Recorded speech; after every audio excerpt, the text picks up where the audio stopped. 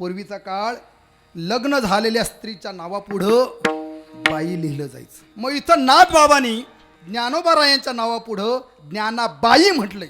त्या अर्थी या ज्ञानाबाईचं लग्न झालेलं असावं. काय मत आहे तुमचं? आली पत्रिका आली होती? नाही आली?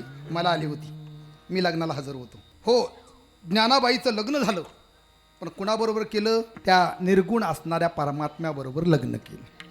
आता लग्न झालेली स्त्री न जिचं लग्न झालेली नाही अशी स्त्री आपण कशावरून ओळखतो? काय काय सौभाग्य अलंकार असतात. कपाळाला कुंकू लावलं जातं, त्याच्या नावानं मंगळसूत्र घातलं जातं, त्याच्या नावानं हिरवा चुडा भरला जातो, त्याच्या नावानं त्या पायाच्या अंगलीमध्ये काय घालतात? ते जोडवे घातले जातं. बरोबर आहे ना? सौभाग्य अलंकार. आणि हे जिच्या शरीरावर हे सगळे अलंकार आहेत ती स्त्री आपण काय समजतो?